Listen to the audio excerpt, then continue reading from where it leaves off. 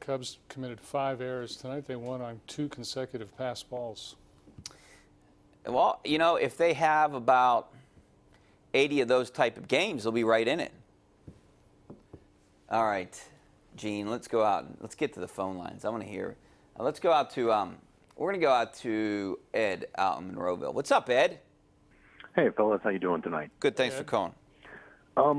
As a Pirates fan for a long time, I just want to say this, to me, is one of the worst seasons this franchise has ever had, from the mismanagement of the team on the field to Felipe Vasquez to the whole this team, and now what you're telling us tonight about the coach and everything just shows you the general miserableness of this team. And I have one question for you guys. What's a scenario where Major League Baseball would step in and force ownership to get rid of the team, if there is any? Gene, you might be better served to answer this type of question. I'm afraid I can't help you on that. I don't know if there is such a mechanism in baseball. Frank, if there is one, Frank Coonley certainly knows that he worked for the commissioner's office for a certain amount of time. The Players Union has sparked an investigation of both the Pirates and the Rays on the allegation that those teams are not spending enough of their revenue sharing or the revenue per se on the Major League product. That appears to have gone nowhere, so I don't know. Well, didn't the Pirates come out and refute that? And they said they well, what are they going to do? I mean, they're spending the money in the places that they're supposed to. Well, they're not spending it on the field. I mean, this is why you need it must have been successful because it didn't go anywhere. Yeah, it didn't go anywhere. This is why you need a salary cap and a salary floor. You know, I know Bob Nutting has said, you know, or from what I understand, has said and that he wants a salary cap, but he probably doesn't want a salary floor. That's the problem. I mean, because then you have to spend $100 million. Yeah, then you have to spend some money. So, I mean, that's the only way that's going to fix baseball and fix what's going on. And I'm sure teams like the Yankees and the Red Sox don't want to have to shell out this money all the time, too, to teams that just aren't competitive. And you have teams that are, you know, the Pirates are making money. They claim they're not, but they have to be. They have to be, or Bob Nutting would try to sell the team. That's just, it's common sense, right? I know they're making money, which they've finished in terms of operating revenue in the top. You know, I don't want to say this inaccurately, but it's approximately, in the last 10 years, they've finished in the top 12 in operating revenue, profit, 8 or 10 times. Yeah, and what Ed just said, you know, a bad season.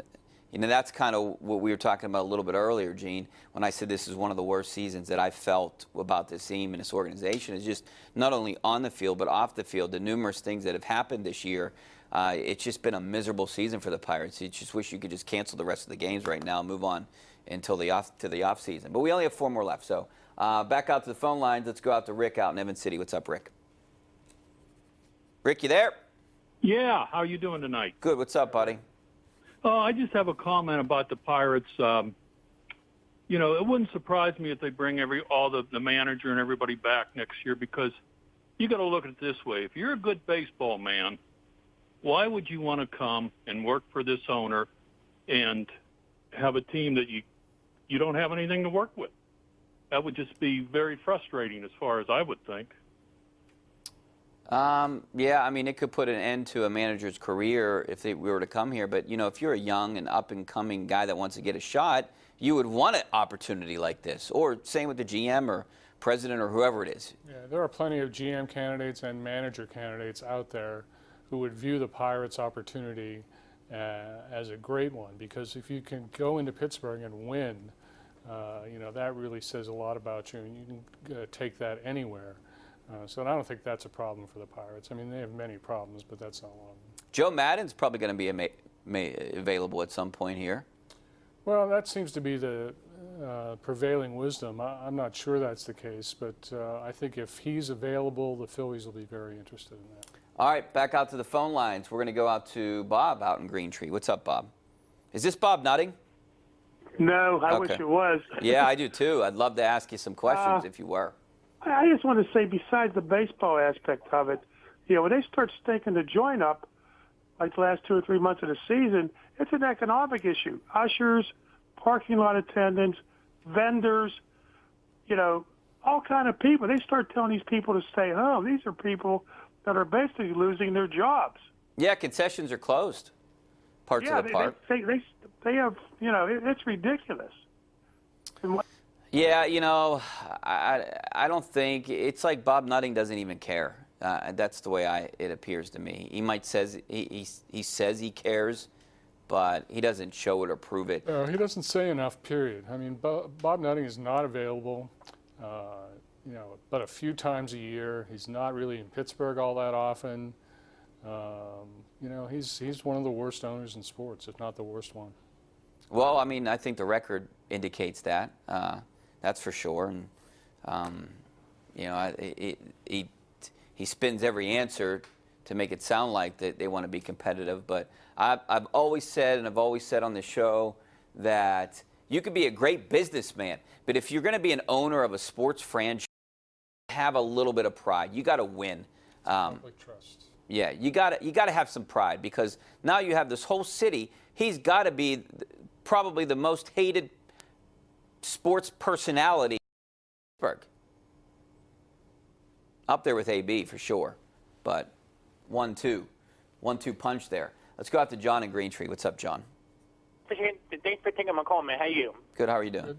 I'm doing okay. How about Clint Howard today, man? I wanted to know if he was coming back and all that kind of stuff and all that. I wanted to know if the Steelers can win Monday against the Bengals. Thank you very much. Bye-bye.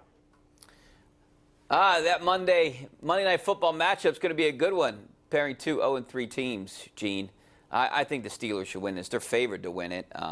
If they don't win it, then it's already a long season. It's going to even be a longer season. It'd be interesting if they don't win that game. Yeah, I mean, people are really depressed as it is, and there's a winless team you have at home. Clearly should beat them. If they don't, it'll be a long week on the show next week. Yeah, it'll be a very long week. But hey, they're only 2 games back in the division. I mean, I'm not saying I'm optimistic here, Gene. I'm just saying that if they can win these next 2 games, all of a sudden the tune changes a little bit. Sure. All right, we got to take a break. More of your phone calls, some of your tweets coming up next. Stay right there on the Ireland Contracting Nightly Sports Call.